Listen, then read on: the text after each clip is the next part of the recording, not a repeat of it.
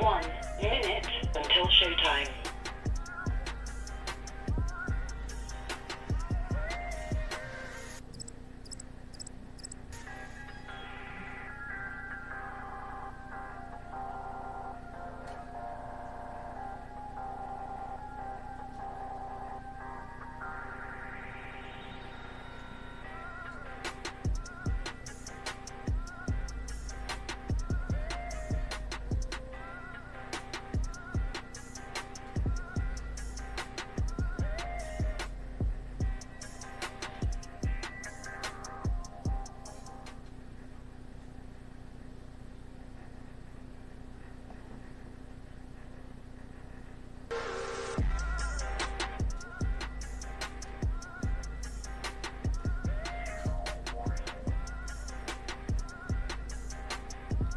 Your show will go live in 5 seconds. 4, 3, 2, 1.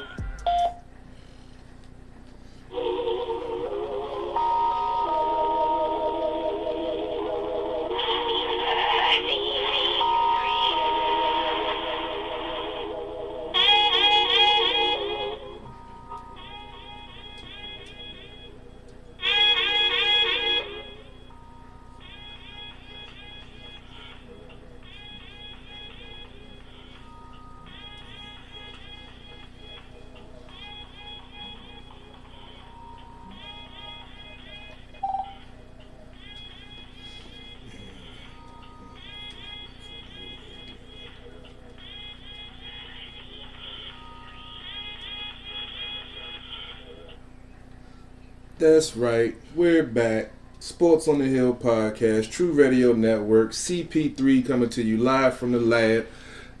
Once again, having some technical difficulties with my live stream, but you can catch me on YouTube right now, trying to get this Facebook live feed up. Look like it just came up now. But we got a great show for you tonight. We got Dujanae Bland calling in. We got Diane Chesebrough calling in. We're going to break down this NFL schedule in detail, talk any and everything Redskins to keep you informed in this slow time with no sports. You know, they got the virtual training camp going on now, which nobody knows how it's going to turn out. I know I'm definitely anxious to see, especially installing a new offense. And these guys aren't going to be able to work together as of right now, which they'll be at least having meetings and stuff in person, maybe going to work out after the fact. And I'm still not getting my feet on my side. But I'm going to figure this out a little later on. But it's going to be definitely interesting going forward. I got a couple of things that I've been noticing with the schedule.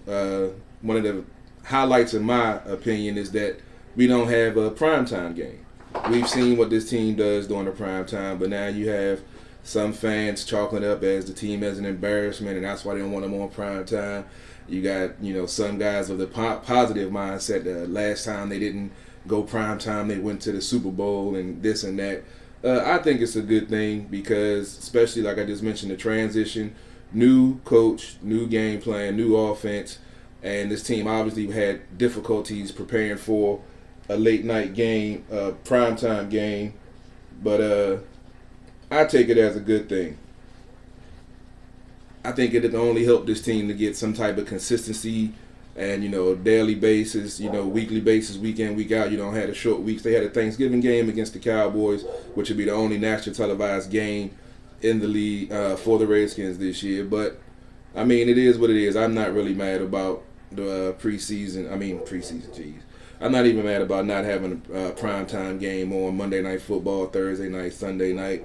Obviously, going forward after a 3-13 season, changing things over, I don't have a problem with it. I definitely get Dujanae's take on. I see he's on the line now. Before I get him on, also, I'm going to get his opinion about this because I breezed over an article on ESPN that said their prediction was the Redskins were going to finish 3-13 again, in second place, number 2 spot again, and saying the defense would be good, but they were pretty down on Dwayne Haskins after the short, sample size of what he put out there on the field. In my opinion, he progressed throughout his starts, the more practice and reps that he got, because when he first got into the game, Jay wasn't even giving reps with the first team. So, of course, he's going to look bad. Of course, he's going to look out of sorts. But you saw You know, once Callahan took over, you saw him getting the stats with the first team and doing everything he needed to do. You saw him improving. He still made mistakes, but it is what it is. He's a young quarterback growing, trying to become better. So I just wanted to get that off my chest because I saw that come up across the feed. I'm going to bring in Dujanay to get his take on the non-primetime game and his take on that synopsis of ESPN so far. Dujanay, how you doing tonight, bro? I'm doing all right, man. How are you? I'm doing all right, having some technical difficulties as usual. I tested the stuff. It was working fine. Now, for some reason, it might be that damn Zuckerberg again messing with my Facebook live feed, but I'm definitely on YouTube. But that's my problems. Let's hear what's on your mind. Oh, man. It's an interesting schedule. I think it's one of the not-so-hard schedules that they've had in a while. I think that benefits them a lot. It seems like over the last, I don't know, it's been a while since Shanahan. It seems like they've gotten a terrible luck of the draw when it comes to the schedule. But I like the schedule. I don't care about not having primetime games. They haven't won any, so let's not put them on primetime. But I feel that way about a lot of other teams they put on primetime. Cowboys, you just go down the list of guys that they just, drool over that ain't done nothing in the past several years. But, I don't think it's a bad thing, honestly.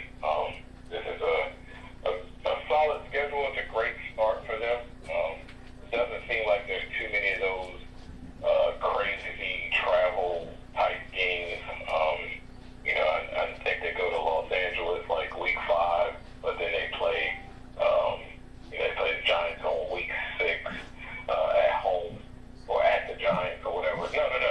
They play them at home, then they go to the Giants. So there's not a whole lot of craziness. I like the bye week at week 8. I hate these early bye weeks, and I think that's not too late. It's not too early. It's kind of just where I like it, somewhere between week 7, 8, 9. I like those types of bye weeks. Their out of division opponents aren't anything that jump out at me. Obviously, you've got Seattle. And that's at home, I believe. Yeah, it's at home. And then if you look at some of the other teams, I mean, everybody's kind of in the same boat, other than the Rams. But I would say there's been some changes there. Not sure how that's going to go over. But I think they have a favorable schedule. There's no games or there's no gauntlet of weeks where you're like, oh my goodness, how are they going to be able to stack up? And how they're going to fare if that, and then you have these conversations of, well, if they go 3-2, or if they go 2-3, then if they go do this in these next couple games, I don't see anything on that just yet. But again, the schedule just came out, and we haven't seen any action on any field at all. So we're all going on potential for all of these teams with the turnover and all of that, new coaching staff and all of that good stuff. I'm sure Ron has done an excellent job of implementing things and getting the ball rolling to try to get, especially his quarterback, up to speed and get everyone else up to speed. So hopefully they can have some type of training camp and, they can get out here and start getting some reps within the playbook, to get on the same page. How important it is to have guys who are catching the ball and the guy who's throwing the ball being in sync with those guys. But, I think if you follow Dwayne, he's doing work out there. I don't know who all was with him or who's able to come out there, but it's going to be interesting, though. I think it's a really good schedule. And I'm excited, sort of concept, because we don't even know if it's really going to happen. So we'll see. Yeah, that's the one thing I said. It's tentative depending on how things are going. I see we got Diane on the line, so I'm going to go ahead and bring her in and ask her the same questions I got to you before she got on. Hey, Diane, how you doing tonight? I'm good, Carol. It's good to hear your voice. Hey, glad to be heard, Diane. We already got Dujanay on the line. Y'all sports journey writers and insiders going to give us this great Great show we got lined up tonight. But I already posed a couple of questions to him about, some of the fans were upset about us not having a primetime game. We were, of the same fashion that it's not a big deal. The team didn't play well in primetime anyway. And, I think we should go ahead and be happy with what we got and see what this team can do with a consistent work week schedule in and out, every week. You don't have to worry about them crazy turnaround weeks. And then the second thing I posed to him was some of the fans were upset about that, and that ESPN basically said the Redskins were going to finish 3-13 again, and we're really down on Dwayne Haskins and his performance last year, even though he didn't really, get to hit the ground running because Jay wasn't giving him the rest with the first team. But once he did, I felt like, and Dujanay, I believe, said the same, that he improved and he has, ways to go, but he's definitely can be a good quality quarterback for this team. Hey, first of all, hey, DJ, it's good to hear your voice too, sir. And second of all, I love everything that these people are complaining about. I couldn't be happier about the fact that they have no primetime games. And if people couldn't see how much Dwayne Haskins improved last year between the first start that he got and the last game, I can't do anything about how bad their vision is, because he's definitely improved. And hey, they've done it to themselves, becoming irrelevant to the major, primetime spots. It is what it is, but that just lets Ron Rivera come in here, do his thing quietly at 1 o'clock, some people are saying, okay, Thanksgiving is prime time. It's a mandatory game between the Cowboys and the Redskins on Thanksgiving. It's going to be a highly watched game. So, for anybody that's upset about not being on the big stage, if you look back on how they performed on the big stage in the in the recent past, then you should be glad that they're just going to be able to just get used to their new coach. They got a young team. They got a lot of new players. Dwayne Haskins can just continue to improve. He's taken on a whole new sort of mindset this offseason. I think Ron Rivera was probably the best thing that ever happened to him, because he's a defensive-minded coach. And while people will say, well, then he can't develop the quarterback, that's fine. Just he's already having to switch coordinators. So just let him work with the Scott Turner and continue to improve. It may be just me, but it floors me that people are down on Dwayne Haskins. I thought he showed great. I only came at the tail end of what you said, DJ, but I thought he showed great improvement last year. Do I have a different set of glasses on? No, I hadn't really commented on that, but yeah, I'll just say some of this negative narrative comes from some of these folks in the DC media that, for whatever reason, don't really care for the kid. I don't know, but whatever. But well, I know why, but he's changed. Excuse me for interrupting, but no. He's grown a lot. He's grown a lot since he came into the NFL. I mean, he only played for 1 year in school. Yeah. Exactly. That's what I say. Look at it. Go ahead, DJ. And you look at what they've given him. It's a culture shock. Right. And he wasn't really welcomed with the best of open arms. The team was not set for him to have success early. I mean, those two starts that he had early they were, that's white glove, slap in the face type stuff. We all know that they're not a soul. I don't care how talented you are. Not one soul is going to go out there and have much success with what he was throwing out there and asked to do. And then you want to critique how he looked after you threw him out there to crack.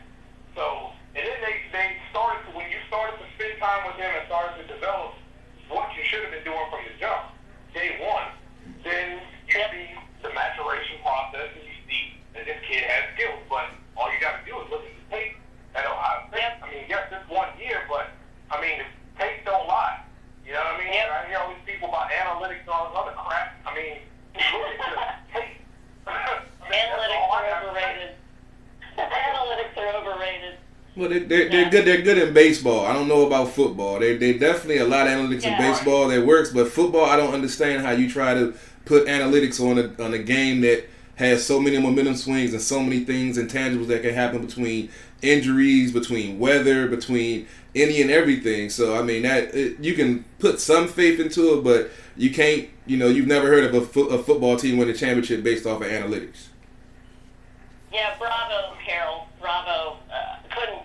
You said it perfectly. It's not the same. It's not the same. I mean, there's a place for them.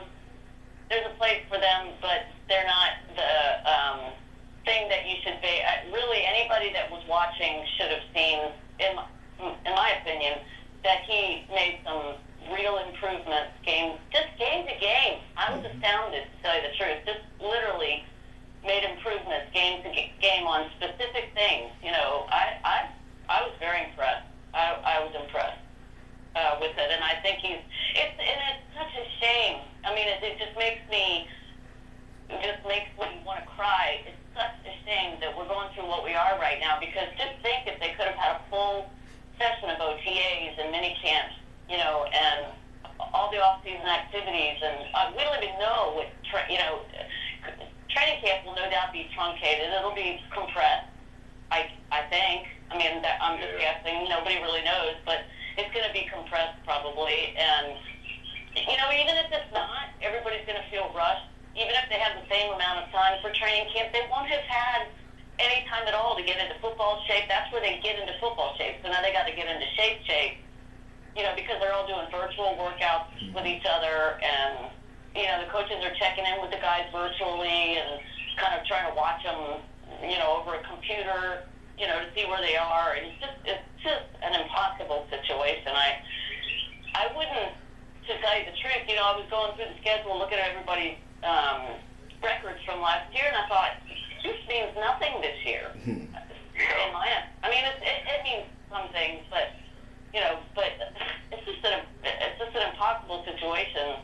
And I've gone through and said, how many wins, losses, whatever, but it feels even sillier than doing it in any typical season, this time of year. Because at least by then we've seen some OTAs, but we haven't even seen that this year. So it's crazy. I generally try to look at sides of things, but I don't have a lot of, and people probably get mad at me for this, but I don't have a lot of sympathy